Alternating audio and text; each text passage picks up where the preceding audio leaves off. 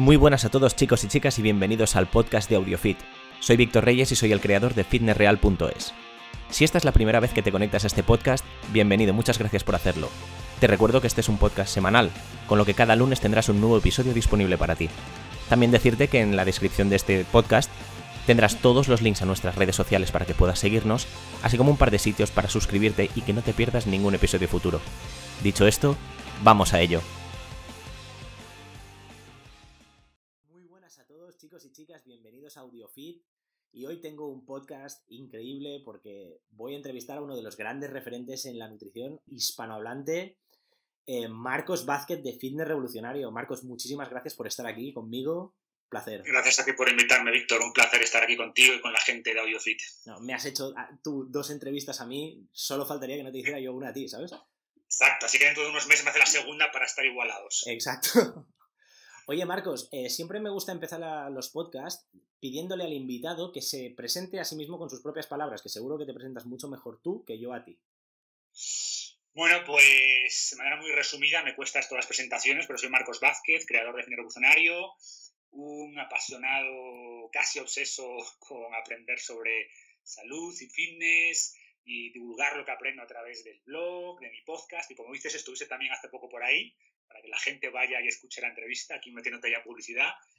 Y bueno, además del blog y el podcast, pues tengo varios programas de nutrición, de entrenamiento, donde intento pues ya condensar toda esta información de una forma un poquito más práctica, más aplicable, ¿no? Con dietas concretas, con programas de ejercicios concretos. Y además, pues me gusta que esto no se quede en una comunidad virtual, sino que hacemos también un evento generalmente anual que llamamos el Reconecta con tu Salud, que hemos tenido también la suerte de contar contigo en varias ediciones, todo queda en casa. Y bueno, este sería un poquito el resumen de quién soy y lo que hago. Estupendo. ¿Te puedes definir con 3 palabras concretas? Y por favor, no utilices revolucionario, ¿vale? Que nos conocemos. Me haces unas preguntas. 3 palabras. A ver, yo diría curiosidad, ¿vale? Soy muy curioso, extremadamente curioso. Pero bueno, una curiosidad selectiva realmente, ¿vale? Las cosas que no me interesan las ignoro por completo, absolutamente. Pero si algo me atrae, sí que me gusta mucho profundizar. Otra sería quizás, esto lo dice mi mujer, racional, según ella, excesivamente racional, ¿no? En el sentido que soy muy analítico, intento minimizar el impacto de las emociones a la hora de tomar decisiones. Y quizás diré también aventurero, ¿no? En el sentido de... Pero bueno, aplicando también racionalidad, como decía antes, ¿no? Intento minimizar los riesgos, pero a la vez me gusta exponerme a muchas experiencias que creo que pueden traer cosas positivas, tanto si hablamos a nivel profesional o empresarial o puramente personal.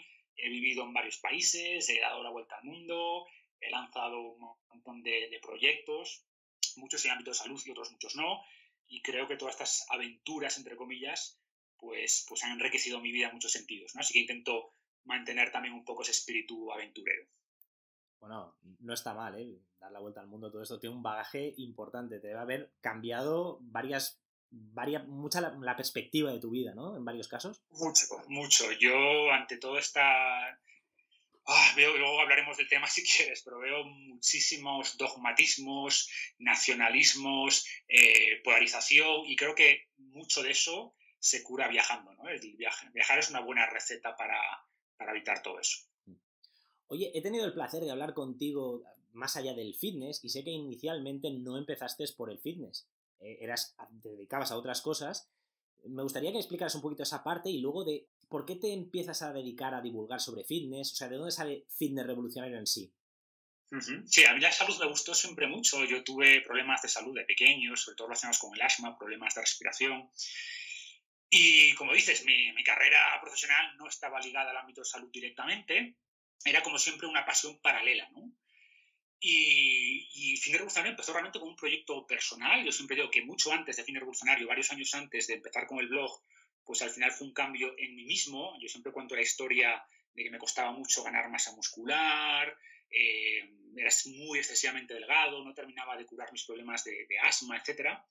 Y te hablo ya pues de 20 y muchos, 30 y pocos, ¿no?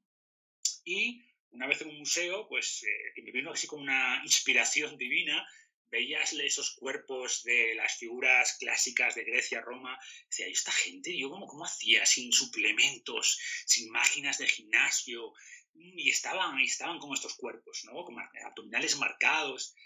Y a partir de ahí que empecé a investigar pues mucho más por el lado de entrenamientos, entre comillas, naturales, que también hay muchos mitos alrededor de todo esto, ¿no?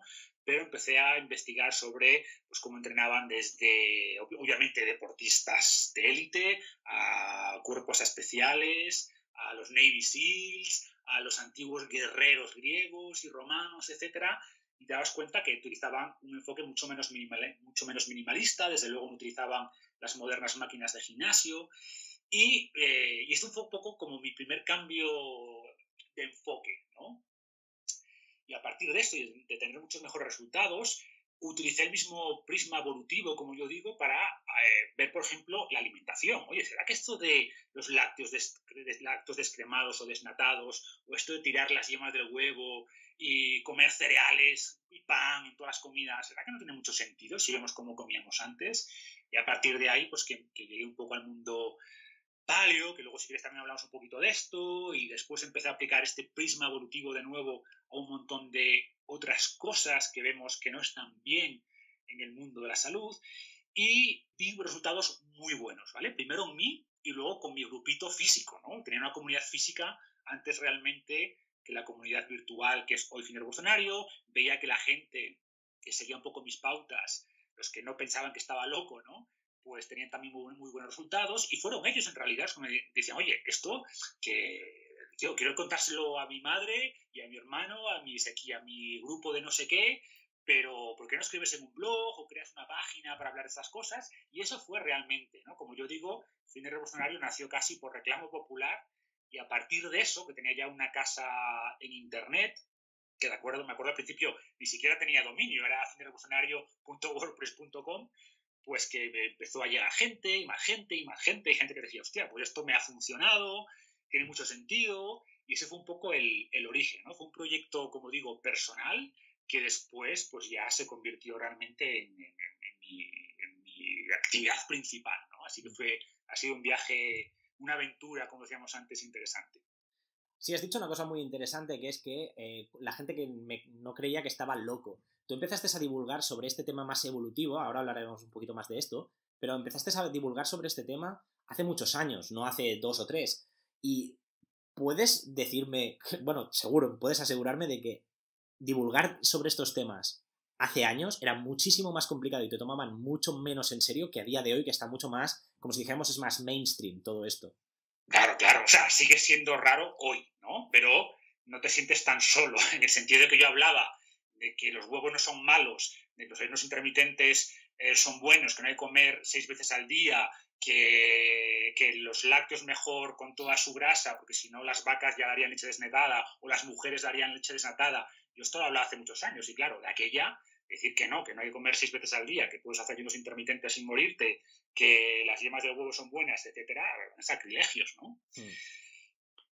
Así que bueno, ha sido, como digo, hoy lo vemos mucho más mainstream, pero porque también estamos nosotros en una especie de cámara de resonancia, que yo digo, ¿no? Pero si sales ahí fuera, el 90% de la gente sigue viendo estas ideas como locas.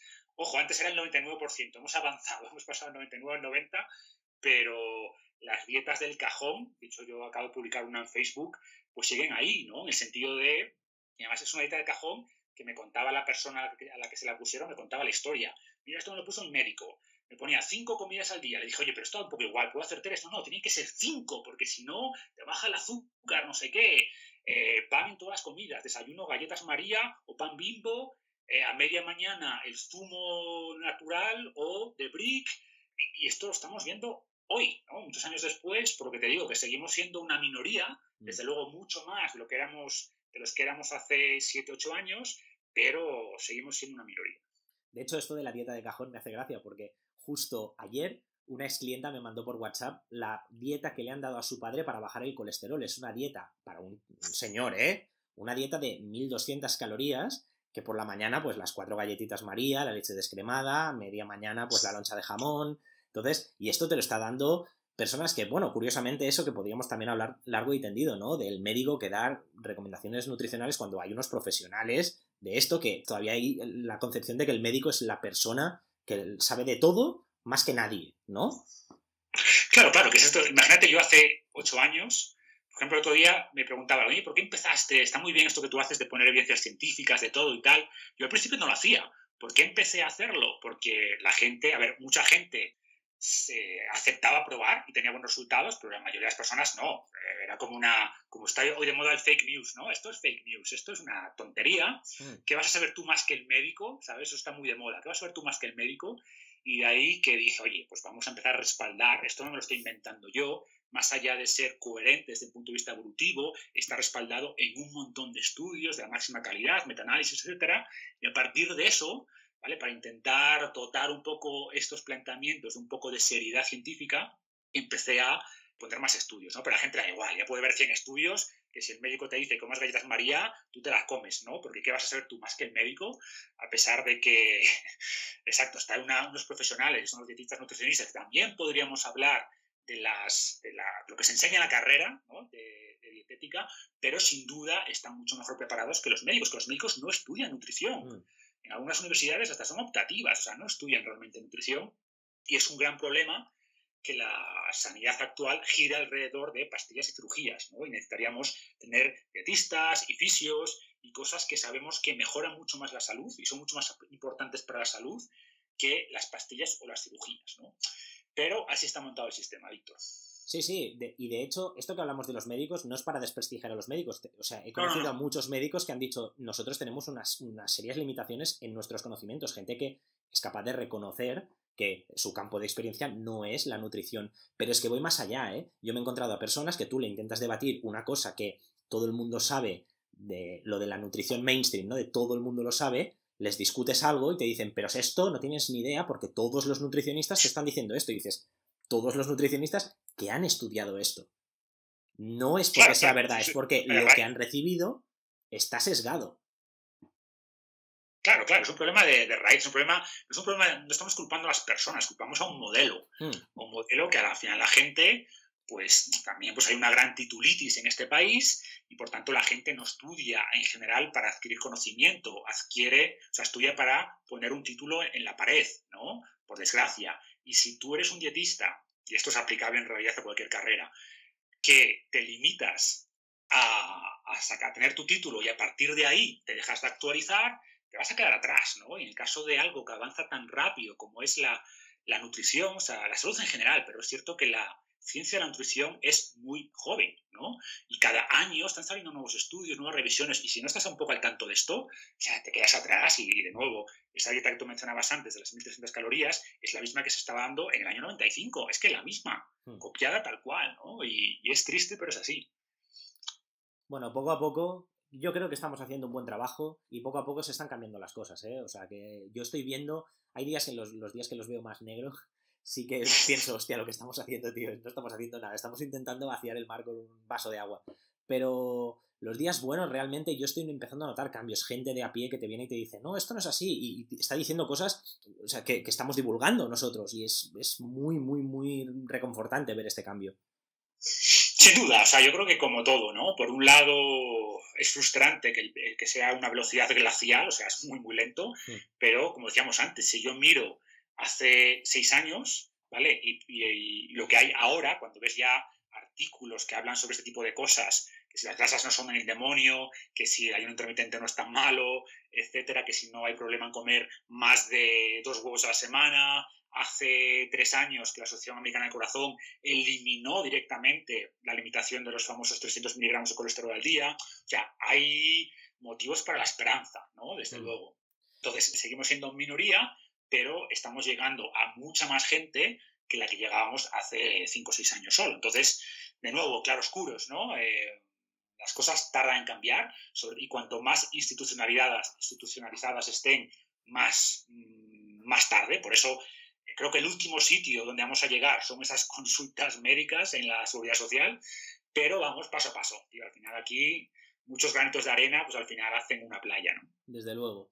Oye, una cosa, antes estábamos hablando y me has dicho, has repetido mucho el término evolutivo, ¿de acuerdo? Siempre te has ¿siempre has tenido un enfoque evolutivo o inicialmente era más tirando a paleo? ¿Qué diferencias ves entre paleo y evolutivo? Porque mucha gente te asocia con la etiqueta paleo, ¿de acuerdo? Entonces, ¿para ti es lo mismo? ¿Qué diferencias hay? Y, bueno, eso. Vale, me alegro que me hagas esta pregunta. A ver, ese problema de las etiquetas, ¿no? Vale, o sea, por un lado las etiquetas nos ayudan, simplifican, nos permiten enmarcar ciertas ideas, pero por otro las etiquetas tienden a generar fronteras duras, ¿vale? Separaciones artificiales y además confrontaciones. Esta es la parte negativa. Entonces esta idea paleo, por un lado, viene de mis orígenes. Yo cuando empecé a pensar, oye, si entrenando como antes me fue mucho mejor, comiendo como antes me irá mejor, y a partir de esto empecé a investigar y dije, oye, no soy ningún genio, esto ya se le ha ocurrido a otra gente y se llama alimentación paleo, ¿no? Que tampoco es paleo, porque el paleo es de Laurent Cordain, y antes de eso, pues ya Weston Price, en los años 30, hacía estudios de esto, ¿no? De dietas ancestrales y los beneficios que tenían aplicados a las poblaciones modernas. Entonces, como te decía, yo cuando empecé con todo esto, ¿no? Primero entrenamiento, después nutrición, después lo empecé a aplicar a otros aspectos, ¿vale? Por ejemplo, a ver, es que mires a donde mires, tío, la biología evolutiva explica todo, o sea, explica nuestra fisiología, por qué somos como somos. Ojo, y también nuestra psicología, ¿eh? Hay una rama muy interesante que es la psicología evolutiva, que explica por qué pensamos como pensamos o actuamos como actuamos. Y esto podemos aplicarlo a cualquier cosa, a ritmos circadianos, a ayunos intermitentes, que antes hablamos de ello, a la exposición al frío, a la hipótesis de la higiene y las enfermedades autoinmunes, al tema de la cetosis. Y si ves los últimos premios Nobel, 2016 al descubridor de la autofagia, 2017 a los investigadores de los ritmos circadianos, o sea, todo esto para mí es mucho más que paleo, ¿no? Paleo al final lo asociamos con una dieta, que se habla de paleo ya como estilo de vida y que sí calzado minimalista y tal, para mí sigue siendo un subconjunto de algo mucho más grande, que es la salud evolutiva, ¿no? Algo mucho más amplio que tiene muchas más vertientes, ¿okay? Entonces yo hago un poco esta gran separación. Primero, porque el término paleo no me gusta. O sea, primero es una marca registrada por Laurent Cordain. Segundo, como decía antes, tiene ya una cierta connotación negativa entre ciertas personas. Entonces me gusta más utilizar este concepto de salud evolutiva, nutrición evolutiva o dependiendo de la rama a la que lo apliquemos, ¿vale? Y es súper interesante, tío, porque es que la ciencia actual de la nutrición o entrenamiento, lo que sea, me da la sensación como que ve el ser humano como algo que apareció de repente, ¿vale? Entonces vamos a investigar, vamos a hacer estudios, a ver si les sientan mejor las galletas que los huevos, ¿no? Yo siempre digo, oye, a los zoológicos, ¿qué hacen? Los zoológicos pues, se ponen a hacer ensayos clínicos aleatorizados para ver si el gorila le ponen galletas o hojas, ¿no, tío? Dicen, mira, este gorila que come la naturaleza, hojas, vale, pues vamos a darle esto.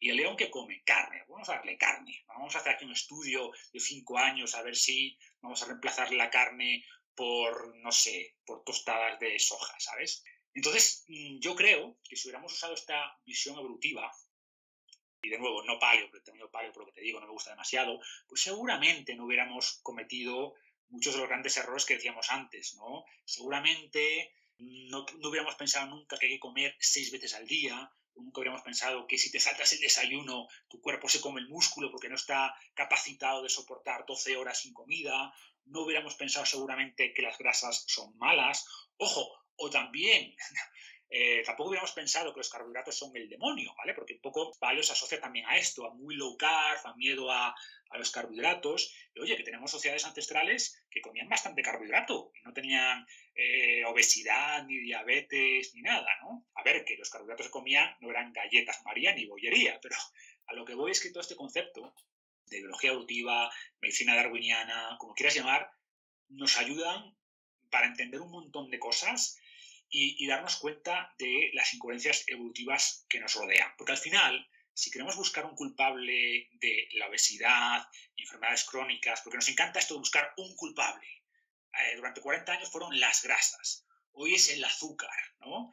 Y que no, o sea, al final el problema es la suma de un montón de incoherencias evolutivas cada día, muchas pequeñas discrepancias entre lo que nuestros genes esperan y lo que les damos en el mundo moderno, ¿vale? Les damos alimentos ultraprocesados que se saltan los mecanismos de regulación del apetito que nuestro cerebro tiene, que ha ido desarrollando a lo largo de millones de años, que no está adaptado pues, a esta sobreestimulación constante, no está adaptado a nuestro cuerpo al sedentarismo, no está adaptado a que no haya diferencia entre la luz del día y por la noche, ¿vale? Lo que llamamos distribución del ritmo circadiano, a una microbiota empobrecida, a la falta de estresores térmicos, etcétera, etcétera, etcétera, ¿no? Entonces, claro, ¿por qué no me gusta hablar de paleo? Porque cuando hables de paleo, para la gente esto es comer mucha carne y no comer cereales, ¿vale? Ojo, y aquí hay problemas en ambos lados, ¿eh? Para los detractores, que el término paleo pues no les gusta, ya esto es una locura, y también podríamos hablar de muchos errores en los seguidores más acérrimos de paleo, ¿no? Que piensan que si algo, lo decíamos antes, era necesariamente bueno, que todo lo nuevo es malo, que no hemos seguido evolucionando en los últimos 10.000 años y que, por tanto, las legumbres o los lácteos son venenosos. Entonces, no me gustan las etiquetas por eso, porque tienden a generar estos tribalismos, ¿no? Y, por cierto, los tribalismos también son explicados por la psicología evolutiva. O sea, los tribalismos evolucionaron porque tienen muchos beneficios, ¿no? Más allá del sentido de pertenencia y unión, el tribalismo te permite no tener que pensar, ¿no? Sigues al rebaño, sigues a tu grupo y tu grupo es el mejor y los que no están en tu grupo son el enemigo. Entonces, bueno, hay muchos motivos por los que intento huir de las etiquetas o al menos dar una visión un poquito más amplia y que la gente no asocie a temas que ya están un poquito manidos y que al final lo que hacen es generar distracción y polarización. Esto también te tengo que decir, yo antes de conocerte en persona y tratar más contigo, esto inicialmente también tenías esta manera de pensar, porque te lo digo sinceramente, ¿eh? Desde el punto de vista, desde fuera, me da la sensación de que inicialmente eras un poquito más, por decirlo de alguna manera, un poquito más talibán, sobre todo con lo que se entiende más por paleo mainstream, en plan de los cereales son malos, las legumbres con moderación, sobre todo grasas de calidad, ¿no? Tal. ¿Puede ser que esto te haya ido suavizando un poquito con el tiempo? A ver, sí, no. Yo diría que los principios básicos no han cambiado, ¿vale? Pero sin duda he ido matizando un montón de cosas que hace, no sé, 5 años, por decir algo, no matizaba, ¿vale? Era un poquito, como tú dices, más blanco y negro, pero por muchos motivos, ¿eh? O sea, primero por un tema también de conocimiento y de que quizás no tenía la capacidad de matizar ciertas cosas que tengo hoy en día. Pero también por un tema de mensaje a la gente. Al final, tú y yo lo sabemos que los mensajes un poquito más blanco y negro venden más. Y si tú dices, oye, las grasas no son malas, ¿vale? Eso es un mensaje que la gente entiende. Si ya empiezas a matizar demasiado, pues ya el mensaje se diluye, ¿vale? Entonces, al principio, claro, yo decía, oye, yo nunca he dicho que los cereales son malos, no creo que haya ningún artículo mío ni de los iniciales que decía que sean malos. Sí decía, oye, no tiene sentido que sean la base de nuestra alimentación, ¿vale? Pero sí es cierto, como dices, que he ido quizás matizando muchas más cosas.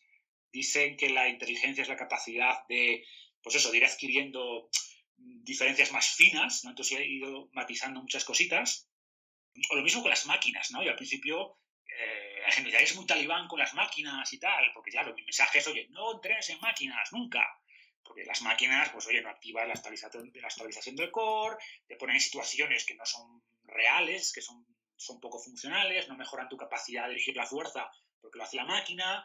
Ahora bien, ¿eso quiere decir que las máquinas para ciertas personas en ciertos casos no tengan beneficios? Pues obviamente no. Y ahora quizás matizo más esto e intento evitar un mensaje quizás, pues eso, más sensacionalista, ¿no?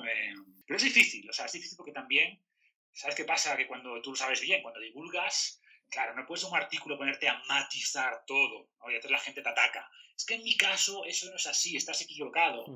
Es como, bueno, vale, o sea, es un artículo para población general. O sea, no puedo llegar a la 10ª derivada en cada cosa porque al final vas a perder el sentido, el hilo del artículo, ¿no? Pero vamos, sí es cierto, ¿vale? Que en general intento ahora divulgar con mucha más... También, claro, cuando haces una población mucho más amplia, y repito que los primeros artículos eran para mis amigos y mis amigos de mis amigos, entonces esa matización se podía hacer después en petit comité, cuando ya divulgas a cientos de miles de personas, pues claro, ya esa conexión directa se pierde y lo que está escrito es lo que está escrito, ¿no? Y a veces es fácil malinterpretarlo o no es fácil matizar cada uno de los comentarios, pero si tuviera que hacer un gran cambio, quizás en mi divulgación ha sido esa, ¿no? Mi forma de pensar y en mi divulgación, en ambos aspectos. Es un poco más de matización y evitar pues esta polarización que te decía antes que me preocupa y no quiero contribuir a ella, ¿no? Entonces intento tener más cuidado, sí. Sí, me gustaría también hacer un poco un pequeño apunte de eso que has dicho de que cuando la gente piensa en la etiqueta paleo, está pensando en mucha carne y hidratos bajos y todo esto, y has dicho que había muchas sociedades ancestrales que comían una dieta alta en hidratos, pero no solo ancestrales, sino que a día de hoy hay países enteros que basan su alimentación en cereales o en hidratos de carbono y no tienen ni de lejos la incidencia de enfermedades asociadas al estilo de vida moderno que hay en otros países más desarrollados, o incluso las zonas con más centenarios del mundo, todas las zonas tienen una dieta alta en hidratos, ¿de acuerdo? Entonces, que hay que matizar mucho porque la gente eso asocia también, esto lo hablamos hace relativamente poco por Twitter, asocia hidratos con azúcar. Y eso no es correcto. Claro, o sea, yo por ejemplo, cada vez intento hablar menos de macros y más de alimentos. Tú puedes llevar una dieta alta en carbohidratos muy mala y una dieta alta en grasas muy mala, o al revés, ¿no? Entonces, estas poblaciones, como dices, las famosas zonas azules, que hay que debatir mucho ahí, hay también componentes genéticos, estas suelen ser zonas aisladas, ¿no? Suelen ser islas, es decir, no puedes pensar que lo que hace centenarios es lo que te va a ayudar a ti a ser centenario, ¿no? Pero estoy de acuerdo contigo. O sea, si vas al kit de la cuestión, no es un porcentaje, no hay un porcentaje de macros que funcione mejor que otro. Es un tema de alimentos. No ves poblaciones longevas con alto contenido, con alta ingesta de alimentos ultraprocesados. Sencillamente no existe. Estamos viendo cómo, de hecho, el país referencia en consumo de ultraprocesados, que es Estados Unidos, lleva 2 años seguidos en descenso de la esperanza de vida. Que eso no lo habíamos visto desde nunca, en realidad, ¿no? Desde que aumentó la esperanza, empezó a aumentar de manera exponencial, y salvo casos como las guerras mundiales, etcétera, nunca ha habido que un país desarrollado desde el siglo XX haya reducido su esperanza de vida, pero está ocurriendo. Lo estamos viendo, pues eso, en Estados Unidos, ¿no? Por ejemplo. Yo repito que al final me gusta muy poco hablar de macros y evolutivamente no tiene sentido, porque nuestros ancestros no tenían ni puta idea de que era un macro. Comían lo que había. Había poblaciones que comían mucha carne, sin ningún problema, y mucha grasa, y poblaciones que comían poca grasa. Y ninguno tenía los problemas crónicos que tenemos hoy, ¿no? Los problemas pues metabólicos o incluso de cáncer, etcétera, ¿no? Y de nuevo, son los alimentos. Bueno, repito, como decía antes, los alimentos y muchos más factores del estilo de vida que incluyen también los aspectos sociales, que son los grandes olvidados, yo digo, las conexiones sociales de la salud moderna, ¿no? No les prestamos atención y sabemos que tiene un impacto muy importante, pero al final es eso, es estilo de vida y dejarnos de etiquetas y de macronutrientes y tal. Y no quiero decir esto, pero ya vienen los que atacan, ¿no? ¿Cómo que no importan los macronutrientes o las calorías? Evidentemente que importan. Pero, como tú bien dices, las sociedades más longevas no cuentan calorías ni cuentan macros, ¿vale? Entonces ahí no está el secreto de la salud, va por otro lado.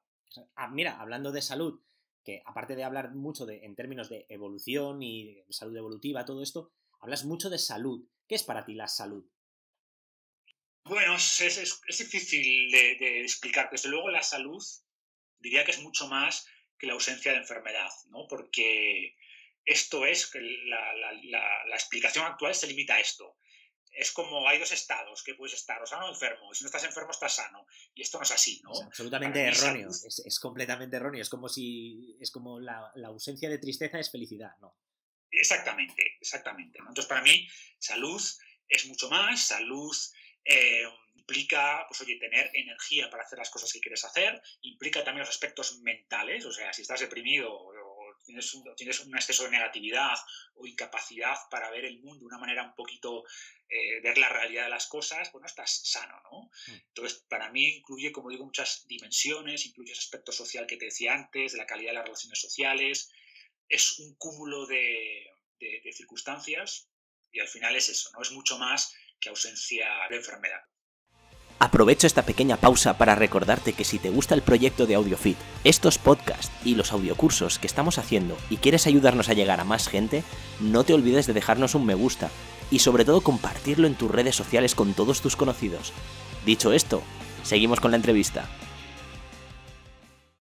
Quieras o no, formas parte de lo que se conocería como el mundo del fitness, ¿no? ¿Cuál es tu tu visión del fitness actual? Bueno, para empezar... Buena pregunta. Buena pregunta. Para empezar, el concepto de fitness, el nombre del blog no es casual, ¿no? Fitness tiene un concepto claramente evolutivo, o sea, concepto original, mucho antes que lo asociáramos a todo este movimiento, que es por lo que me preguntas. Pues fitness es eso, ¿no? Es la capacidad de una especie de sobrevivir en un entorno, eso es fitness, desde un punto de vista biológico. Y lo revolucionario también estuve a punto de llamarlo evolucionario, un juego de palabras, ¿no? Pero bueno, y hablando de evolución, creo que la evolución del fitness en los últimos años, pues me preocupan muchas cosas, ¿no? Me preocupan muchas cosas. Y creo que las redes sociales, es un tema del que también tú has hablado alguna vez, pues... Sí, luego quería hablar contigo de esto porque has escrito un artículo que está muy en línea. Estoy muy contento de que una persona con tanto alcance como tú haya por fin escrito un artículo de calidad sobre un tema que a mí personalmente me preocupa. Ya he estado hablando de esto en el Reconecta, en la gran mayoría de mis charlas del último año he estado tratando este tema, en el Summit Paleo también lo traté, y es el tema de las redes sociales. Yo personalmente, Marcos, me da la sensación de que en cada entrevista o en varias entrevistas saco este tema, pero es que estoy genuinamente preocupado por los problemas que ocasionan y que parece ser que muy poca gente entiende o es consciente, ¿no?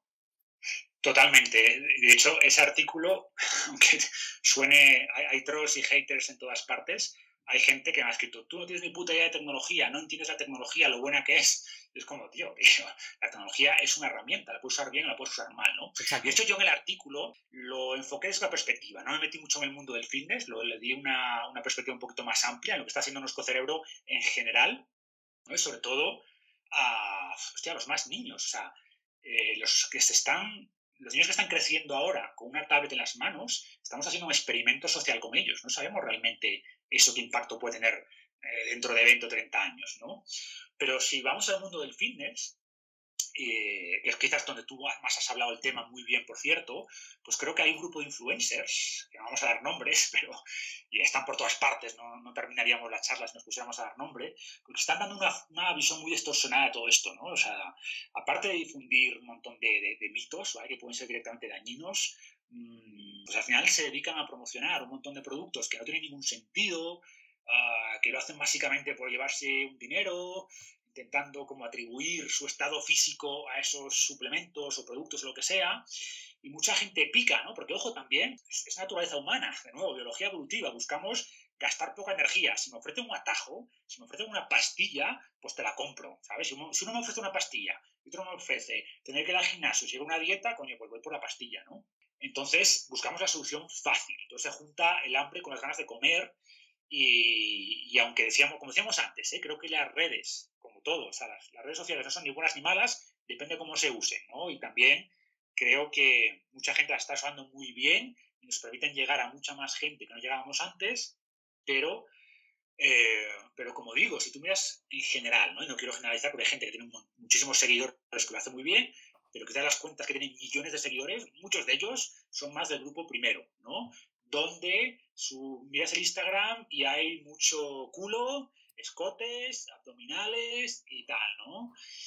Y claro, pues al final esa es la imagen del fitness, ¿no? El fitness es esto, el fitness son niveles de grasa irreales, suplementos, pizza hiperproteica y barritas de cereales no sé qué, y asociamos fitness a esta visión, ¿vale? Que repito, cuando yo hice el nombre de fitness revolucionario era un poco también una queja a esto, ¿no? A lo que se ha convertido el fitness, que la palabra fitness original no tiene nada que ver con esto, tiene más que ver con lo que tu cuerpo es capaz de hacer, si tu cuerpo es capaz de sobrevivir y procrear y prosperar en un entorno que siempre nos ha sido adverso, ¿no? Y se ha convertido, pues esto, en un scroll infinito, ¿vale? En Instagram, pues como decía antes, de tetas, culos, escotes, abdominales y comidas basura, ¿no? O ensaladas, por otro lado, ¿no? La gente que va muy de saludable solo sube ensaladas. No come más que ensaladas. Entonces, esto es un poco también contra lo que tenemos que luchar. Sí, pero yo creo que también esto es este tipo de contenidos. Al final la gente se acaba adaptando a lo que gusta más y no a lo que quiere subir ellos. Porque, por ejemplo, te pongo un ejemplo. Una chica, ¿no? Que es una foto normal, pues tiene una cantidad de likes X, ¿no? De repente un día sube una foto con un escote y de repente los likes se triplican. Al día siguiente sube otra con un escote sin escote y nota que los likes han bajado. ¿Por qué? Porque la gente da like a eso. Entonces al final te acabas volviendo un poco un esclavo del like y acabas subiendo lo que sabes que te va a dar más visibilidad y más reacciones de la gente. Te acabas volviendo como un esclavo del like, ¿no? Claro. O sea, yo siempre decía en el artículo, los likes son una droga digital. Y de hecho, el inventor de los likes, que tuvo la idea, que es uno de los trabajadores de Facebook, después él se fue de Facebook y está luchando contra eso, ¿no? En el artículo, de hecho, empezaba el artículo diciendo, oye, que los que más saben de tecnología, ¿no? Como Steve Jobs y Bill Gates y Evan Williams, en general, no permiten a sus hijos jugar con tecnología, porque son conscientes de cómo están diseñadas estas herramientas, ¿no? Y como digo, los likes, hay estudios que tienen en el cerebro, pues lo mismo, la misma elevación de dopamina, por ejemplo, que cualquier cosa. Entonces, lo que tú dices es totalmente cierto. Si esta chica o el chico sube una foto un poquito más subida de tono y le da más likes, pues su cerebro está asociando a que esto me produce más placer, ¿no? Aunque no lo piense, aunque luego lo intente racionalizar con más seguidores, más dinero, no sé qué, inicialmente es una respuesta puramente biológica. Más dopamina y al final eso, perseguimos likes, se convierte en una droga digital. Y, ojo, incluso entre los que somos conscientes de eso, pues tú te alegras. Si tu foto tiene 1.800 likes, pues mejor que tenga 1.300. Aunque seas consciente y pienses qué absurdo es esto, nos influye igualmente, ¿no? Entonces hay que hacer, los influencers creo que tenemos, bueno, no me gusta tampoco la palabra influencer, ¿no? No. Pero como decía Voltaire, con gran poder viene gran responsabilidad. Entonces la gente que tenemos más o menos seguidores, pero que llegamos a una serie de personas, creo que tenemos la responsabilidad de poner un poco de sentido común y no dejarnos llevar por esto. ¿Eso quiere decir que nunca puedas subir de vez en cuando una foto tuya en la playa? Bueno, tampoco no tenemos que pasarnos al otro extremo y ser absurdos, ¿no?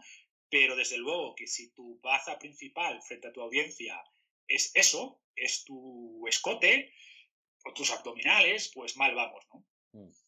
Y luego eso, ¿no? Supongo que también hay el otro factor, que es, soy consciente de que la gente va por mis abdominales o va por mi escote y lo camuflo con soy una persona muy profunda. Y entonces en el texto te cito a Góngora si hace falta, pero al final te estoy enseñando las tetas, ¿no?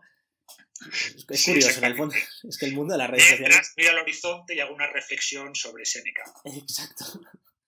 Oye, una cosa, volviendo al tema del fitness. En tu experiencia, ¿cuáles son los errores principales que la gente comete a la hora de querer ponerse en forma?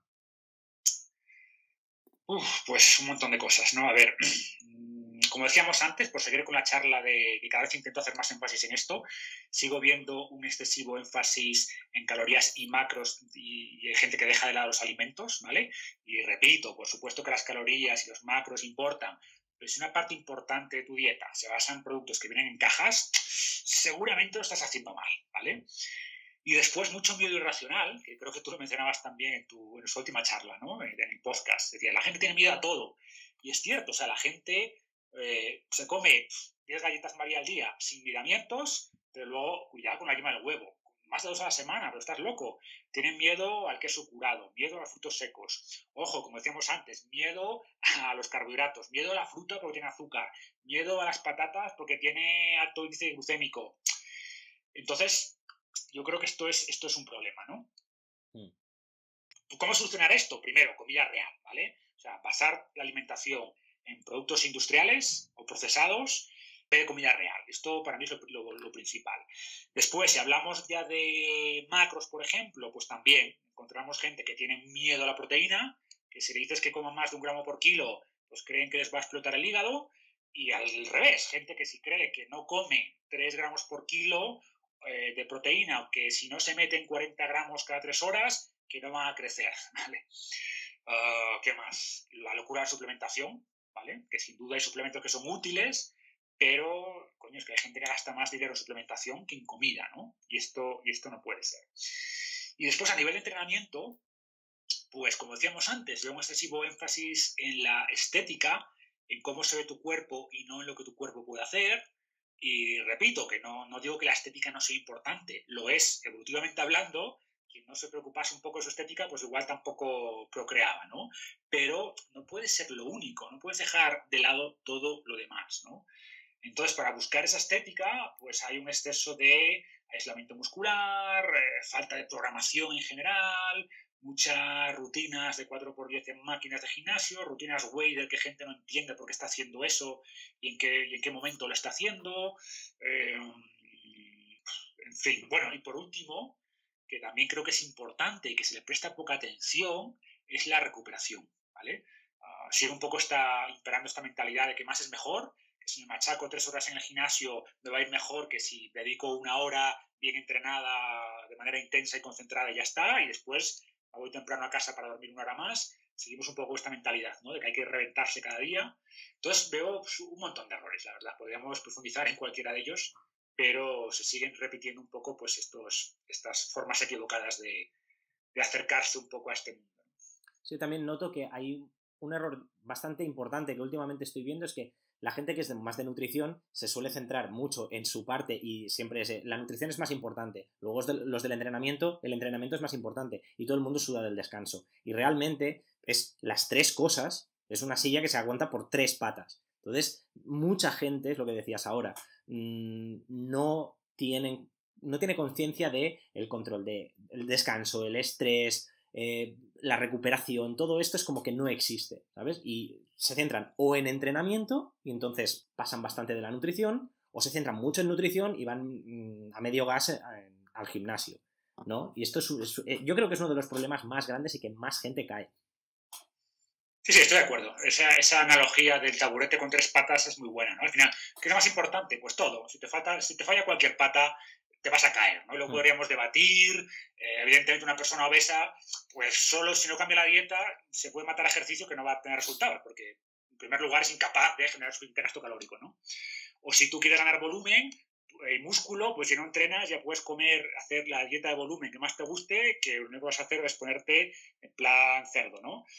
O sea, habría que matizar como siempre el mensaje, pero esta idea de que tienes que equilibrar estos 3 aspectos, nutrición, entrenamiento y descanso, es clave, ¿no? Y es decir, como dices, veo a mucha gente desequilibrada hacia uno u otro extremo. Hoy tienes un artículo muy interesante que habla de la dieta cetogénica y sobre todo de ventajas hacer un periodo corto de dieta cetogénica en invierno. Aprovechando que estamos en invierno, me gustaría que desarrollaras un poquito este tema. ¿Por qué tiene ventajas? Exactamente cómo planteas una temporada de dieta cetogénica. Y luego también me gustaría que hablaras un poco de esta gente que es muy, muy cetogénica. Que vamos, que si le dices que la cetogénica no es lo mejor de la vida, es que eres tonto, ¿sabes? Sí, como siempre nos gustan los extremos, ¿no? Por un lado están los que dicen, oh, la cetosis, te vas a morir. Y sí, por otro lado, médicos, pues, por ejemplo, o nutricionistas que no saben diferenciar cetosis de cetoacidosis. Esto es muy grave. Eso es grave, para mí eso es muy grave. Ojo, pero de nuevo, es que el otro día, sin ir más lejos, la semana pasada, me pasaron apuntes, no me acuerdo qué universidad era, creo que de Granada, pero lo digo ahora de cabeza, que decía esto. Oye, que al bajar los carbohidratos, el cerebro necesita al menos 100 gramos de carbohidrato al día. Si comes menos, se producen cuerpos cetónicos y se produce cetoacidosis, que es letal. Claro, en un libro de la universidad. Eso es lo que estamos enseñando a nuestros jóvenes. Entonces, Marcos, claro, Marcos, te corto un momento. Es que te corto un momento. Es que vas a Google y pones cetosis y lo primero que te sale es cetoacidosis como sinónimo de cetosis. En Google. Ya. Así estamos, ¿no? Pero como dices, y déjame ir un poquito más atrás. La cetosis pues, es un tema que me gusta mucho, por eso hablo del tema. Y de nuevo tiene una explicación evolutiva, ¿no? O sea, al final todo, nada surge así de repente. Entonces, la cetosis, y de nuevo, que mucha gente cree que los cuerpos cetónicos son malos, es como decir que la glucosa es mala. O sea, si se te sube mucho la glucosa, te mueres, ¿no? Pues lo mismo con los cuerpos cetónicos. Eso para empezar. Pero, ¿por qué los humanos tenemos más afinidad que otros primates por la cetosis?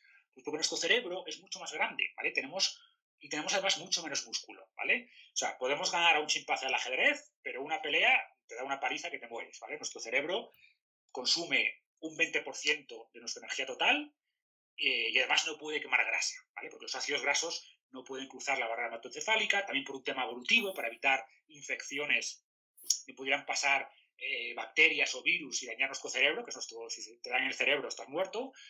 Entonces, el cerebro solo consume glucosa, ¿vale?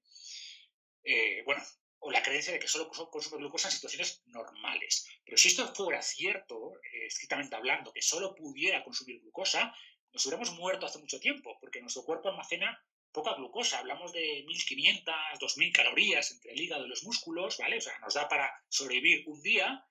Y si tuviéramos que producir más glucosa vía neoglucogénesis, ¿vale? A partir sobre todo de la proteína muscular, pues de nuevo, como tenemos poco músculo, menos que otros primates, en una semana estás muerto, ¿vale? Sin embargo, un chimpancé puede aguantar mucho más sin cetosis, porque su cerebro, primero, consume mucho menos energía, menos de la mitad que el nuestro en términos proporcionales, y tiene mucho más músculo, ¿vale? Entonces, la cetosis es la solución de la evolución para poder alimentar nuestro cerebro a partir de la grasa. Y como tenemos, pues cualquiera de nosotros, más de 80.000, 100.000 calorías en forma de grasa, pues tenemos grasa y por tanto cuerpos cetónicos para nuestro cerebro para semanas y semanas, ¿ok? Entonces el cerebro, como digo, se puede alimentar hasta un 60-70% de cuerpos cetónicos, sobre todo beta-hidroxibutirato, BHB, que puede cruzar la barrera hematoencefálica y llegar al cerebro sin problemas, ¿vale? Que de nuevo, ¿sigue requiriendo un poco de glucosa? Sí, pero esta idea de que solo usa glucosa, pues es mentira, ¿no? O sea, bueno, es mentira. Es cierto en condiciones normales, pero en cetosis no, ¿vale? Y, por ejemplo, los bebés están en cetosis mucho tiempo. ¿Por qué? Porque su cerebro consume el 60% de su energía y, por tanto, se alimenta en gran medida de cuerpos cetónicos. La leche materna tiene bastante grasa, también precisamente para el cerebro. Los bebés tienen un porcentaje de grasa muy elevado también por esto, mucho más que los primates cuando nacen, etcétera, etcétera, ¿vale? Pero bueno, me enrollo un poco con la lógica evolutiva porque de nuevo pues no es casual, ¿no? Entonces, algo que nos ayudó a sobrevivir, y no olvidemos que pasamos gran parte de nuestra historia evolutiva en la última era glacial, que terminó hace 12.000, 15.000 años, pues algo que nos ayudó a sobrevivir, sobre todo en la época de invierno. Pensar que es malo es como ya raro, ¿no? Algo nos tiene que rechinar cuando nos dicen que la cetosis es mala.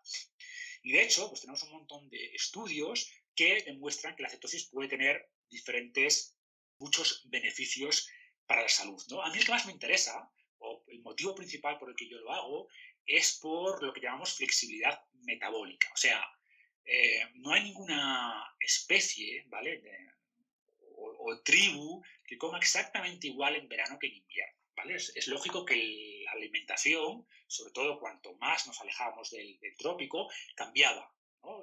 Entonces, en verano comíamos mucho más carbohidrato y fruta y era una forma también de acumular más grasa para superar el invierno. En el invierno, pues dependíamos más de la caza y por tanto menos del carbohidrato, ¿no? Por eso mi motivo de hacer también la cetosis durante el invierno, también con restricción calórica. Porque puedes hacer cetosis con normodieta o volumen o lo que quieras, pero yo me gusta hacerlo con restricción calórica por eso, ¿no? Por tener potencia el efecto hormético que sabemos que produce la cetosis. Entonces, mejora, como digo, la flexibilidad metabólica. O sea, no es normal estar comiendo alto en carbohidrato todo el año, ¿vale? Sabemos que eso reduce la flexibilidad metabólica. Ojo, y al revés también. Si comes alto en grasa todo el año, pues también tu cuerpo se olvida de quemar glucosa, por así decirlo, y luego pierdes cierta tolerancia a la glucosa, ¿vale? Entonces, a mí me gusta mucho este concepto de dietas cíclicas y intentar ligarlo un poco a las estaciones. Además, sabemos que comer local y de temporada, alimentos de cercanía, según se den en tu zona, pues aumenta la densidad nutricional de esos alimentos que si tienen que venir de Nueva Zelanda, ¿no? Que si viene una manzana orgánica de Nueva Zelanda, por muy orgánica que sea, perdió un montón de propiedades cuando llega a Cáceres, por ejemplo, ¿vale? Entonces, como decía, sabemos que la cetosis nos ayuda a mejorar la flexibilidad metabólica. Es una forma muy rápida y muy eficiente de mejorar, por ejemplo, la sensibilidad a la insulina en personas, bueno, en todos en general, pero sobre todo personas prediabéticas, diabéticas, personas con algún trastorno metabólico en general. Se está estudiando mucho, por ejemplo, contra epilepsia, enfermedades neurodegenerativas. O sea, el beta-hidroxibutirato es un combustible muy interesante para el cerebro, ¿vale? Muchas personas al entrar en cetosis o mejor dicho, al adaptarse a la cetosis, notan que mejoran su capacidad cognitiva, concentración, etcétera. A mí me pasa, por ejemplo, es notable. puede ayudar a perder más grasa, pero más que porque tenga una gran ventaja metabólica, como dicen algunos, para mí es sobre todo el efecto supresor del apetito. O sea, la cetosis, no para todo el mundo, pero para la mayoría les hace comer menos de manera espontánea, o sea, te quita el hambre. Y es normal, o sea, en el sentido de que cuando pasábamos un periodo de escasez, pues tú no puedes estar obsesionado por la comida, ¿no? Tienes que estar centrado en ir a cazar o ver dónde puedes encontrar un poquito más de alimento, etcétera. Y esto es un poquito más reciente, pero hay también estudios muy interesantes. Se está aplicando ya en varios hospitales, pues la cetosis en el tratamiento, obviamente no reemplazo, pero como apoyo en tratamientos contra el cáncer, ¿no? Sobre todo en ciertos tipos de cáncer, muchos, de hecho, porque la mayoría son muy dependientes de la glucosa. O sea, consumen 50 veces más glucosa que las células normales, ¿no? Ojo, dos tipos de cáncer, no. Hay algunos tipos de cáncer que también consumen cuerpos cetónicos, ¿vale? O sea, el cáncer es, como digo, no es una enfermedad, son más de 100 enfermedades, entonces no hay ninguna terapia que funcione para todo, ninguna, y mucho menos una alimentaria, pero puede ser muy interesante en ciertos tipos de cáncer, ¿vale? Y bueno, es un poquito el resumen, ¿vale? De por qué mi interés, creo que es muy coherente con nuestra biología, con nuestra evolución, tiene mucha ciencia detrás, pero, y es un estado normal, fisiológico, pero como dices, hay gente que dice, no, es que hemos estado toda nuestra evolución en cetosis. Mentira, claramente falso, ¿no? De hecho, no es de extrañar que el cuerpo, a poco que le alimentes un poquito más, que le metes un poquito más de carbohidrato, se sale de cetosis muy rápido. Entonces, si se sale de cetosis muy rápido, es porque tampoco quiere estar ahí toda la vida. O sea, está ahí un tiempo, obtiene ciertos beneficios, activas genes distintos, que algunos están ligados con la longevidad. Por ejemplo, salió un estudio hace unos meses también bastante interesantes, con los genes que activa la cetosis, o sea, cambia la expresión genética. Entonces, es interesante, pero no es nuestro estado fisiológico estándar, por así decirlo. Es como un estado secundario para momentos puntuales. Entonces, creo que hay mucha evidencia para hacernos pensar que visitar ese estado de vez en cuando es muy bueno, pero no es desde luego, yo creo que ni recomendable ni fácil de seguir para la mayoría de personas, y por tanto pensar que tenemos que estar en cetosis siempre, pues es absolutamente equivocado. Has comentado un término antes que a lo mejor algunos oyentes no saben lo que es, que has hablado de hormesis. ¿Puedes explicar un poquito qué es para los que no lo saben? Claro, la hormesis es un término que viene en realidad del mundo de la farmacología, ¿no? Y sabemos un montón de estudios que pequeñas dosis de sustancias originalmente tóxicas lo que hacen es fortalecer el cuerpo. Incluso radiación, pequeñas dosis de radiación nos hacen más tolerantes a la radiación, ¿no? Y a esto se hace desde miles de años. Encantadores de serpientes que tomaban pequeñas dosis de veneno de serpiente para inocularse contra las serpientes. Las vacunas funcionan de alguna manera así, funcionan de alguna manera exponiéndonos a agentes o a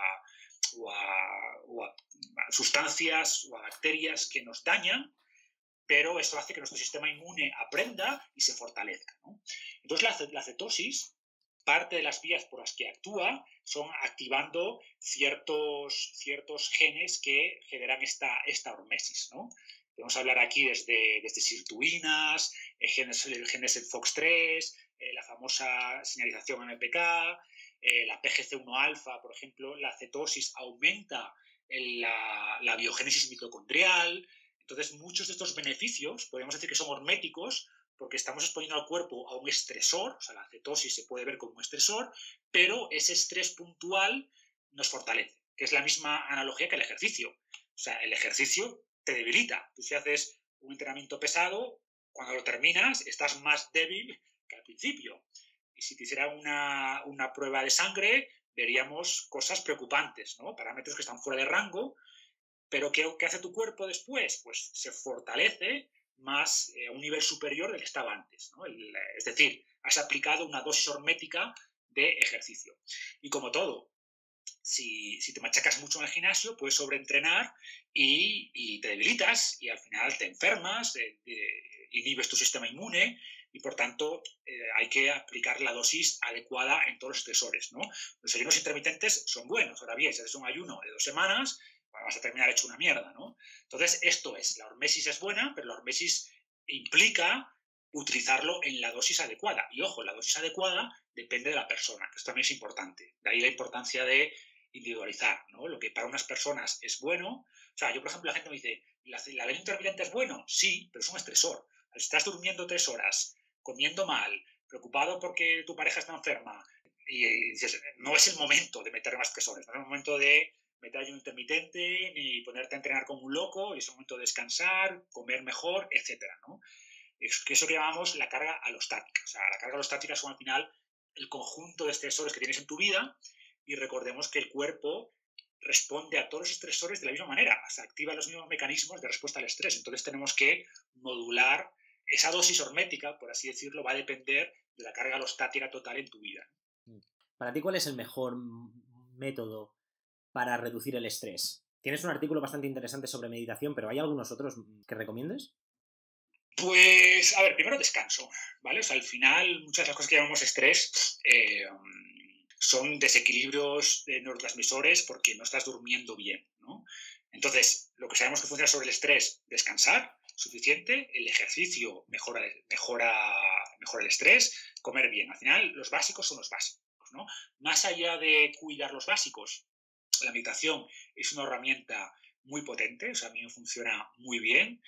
Y diría también que el estrés tiene un componente en gran medida psicológico, ¿vale? A lo que voy es que el estrés, la mayor parte del estrés de la sociedad moderna no es estrés real, es estrés inventado. Y si tu mente puede inventarlo, tu mente puede eliminarlo, ¿vale? A lo que voy es que, ¿por qué nos estresábamos hace 10.000 años? Coño, porque no teníamos que comer, porque nos perseguía un león, porque me rompí el pie y si me rompo el pie, pues no puedo cazar. O sea, problemas, vamos a decirlo así, entre comillas, reales, ¿no?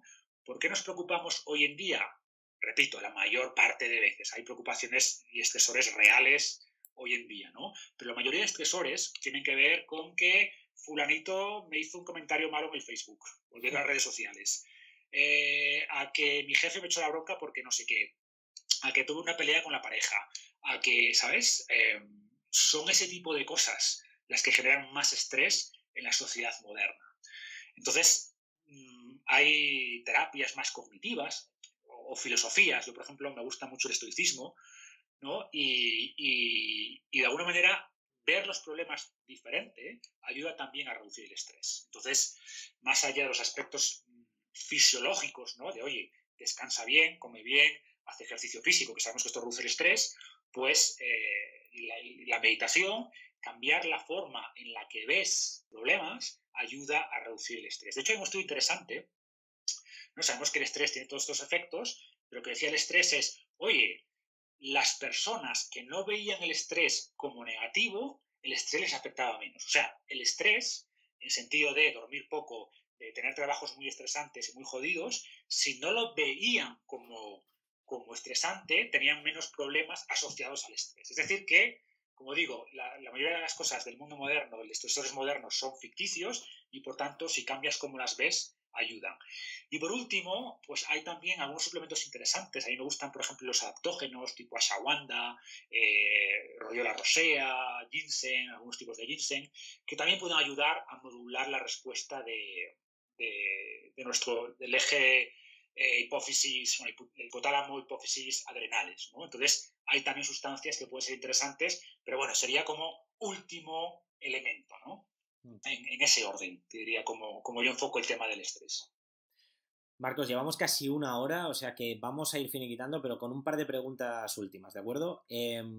Coméntame de quién has aprendido más y si tienes algún mentor en diferentes ámbitos, el que tú prefieras, no de fitness, sino incluso de vida en general. Un montón.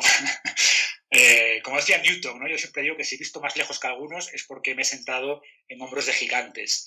Pero a ver, cuando yo empecé en nutrición, por ejemplo, ¿no? Por seguir un poco el orden que decíamos antes, pues en temas de este enfoque evolutivo estaban Mark Devaney, Loren Cordain, Rob Wolf. En entrenamiento de aquella seguía mucho pues a Pavel Tsatsouline, a Mark Rippetoe, Gray Cook, Dan John, Liam McDonald. Me metí bien bastante de aquella, aunque ahora estoy un poco bastante más fuera, pero el mundo de CrossFit, ¿no? Que fuera popular, pues seguía a Greg Glassman, Kelly Starrett, otras figuras de CrossFit. Temas de evolución, Richard Dawkins. psicología evolutiva, gente como Sam Harris, Steven Pinker, por supuesto hay que leer a Darwin, no sé, tío, tanta gente. O sea, intento siempre estar renovando conocimientos y yo recomiendo explorar muchas áreas, ¿vale? Creo que la gente que entiende muchas áreas es capaz de encontrar nuevas perspectivas que se te escapan si te especializas muy pronto en un tema concreto. Y ahora la educación nos lleva a una excesiva especialización, ¿no? Entonces, de nuevo, apelando a esta visión evolutiva, el cuerpo es un todo, todo está conectado con todo, y la ultraespecialización moderna, aunque tiene sus beneficios, por supuesto, genera también muchos puntos ciegos, ¿no? Mencionaba sobre vida, yo recomiendo leer también los clásicos, los estoicos, ¿no? Séneca, Marco Aurelio son mis favoritos, pero creo que también tiene mucho que enseñarnos sobre cómo vivir. Y por último ya, si quieres comentar un poquito tus futuros proyectos, si quieres avisar a gente de algo especial, no sé, lo que tú quieras. Pues proyectos, bueno, muchas cosas. Ahora voy a probar a escribir un libro con una editorial, ya en papel. Vamos a ver qué tal, porque mucha gente claro, mis programas son en general digitales y hay mucha gente que pide algo en papel, entonces vamos a intentar hacer un libro que resuma de alguna manera toda esta filosofía que he intentado compartir aquí con la audiencia de AudioFit. Es como lo que tengo así, lo que me consume más horas ahora. De hecho, como te decía al principio, tengo aquí el deadline para entregar el primer manuscrito en unas semanas y voy un poquito a las carreras. Después me gustaría profundizar un poco más y hacer un programa de dieta cetogénica, aunque está todavía un poco ahí en veremos, porque decíamos que es un tema muy interesante, pero veo a tanta gente hacerlo mal, ¿vale? Que quiero ver cómo podemos plantear un programa que sea llevadero, que tenga buena adherencia, pero que además esté bien planteado, ¿no? Con suficiente densidad nutricional, que es uno de los problemas de la cetosis. O sea, las grasas están muy bien, pero ojo, que tienen un problema, que es que tienen poca nutrición. Entonces, claro, una dieta cetogénica mal llevada pues puede derivar en ciertas deficiencias, ¿no? En eso, algunos eventos también preparados, pero bueno, lo que recomiendo a la gente es que me sigan por redes sociales o estén suscritos al blog, y a quien le interesen estos temas, pues por ahí iré compartiendo futuros proyectos y novedades. Estupendo, Marcos. Oye, pues un placer como siempre hablar contigo. Muchísimas gracias por hacer esta entrevista. Seguro que has ayudado a mucha gente y has llenado de información AudioFit. O sea que muchísimas gracias, tío. Gracias por la invitación, Víctor. Un placer como siempre hablar contigo. Un abrazo. Abrazo. Aquí finaliza el podcast de hoy. Muchísimas gracias por haberte quedado con nosotros hasta el final. La semana que viene tendrás un nuevo episodio disponible. Te recuerdo que en audiofit.org tienes más material y audiocursos para seguir aprendiendo. Un fuerte abrazo y hasta la próxima.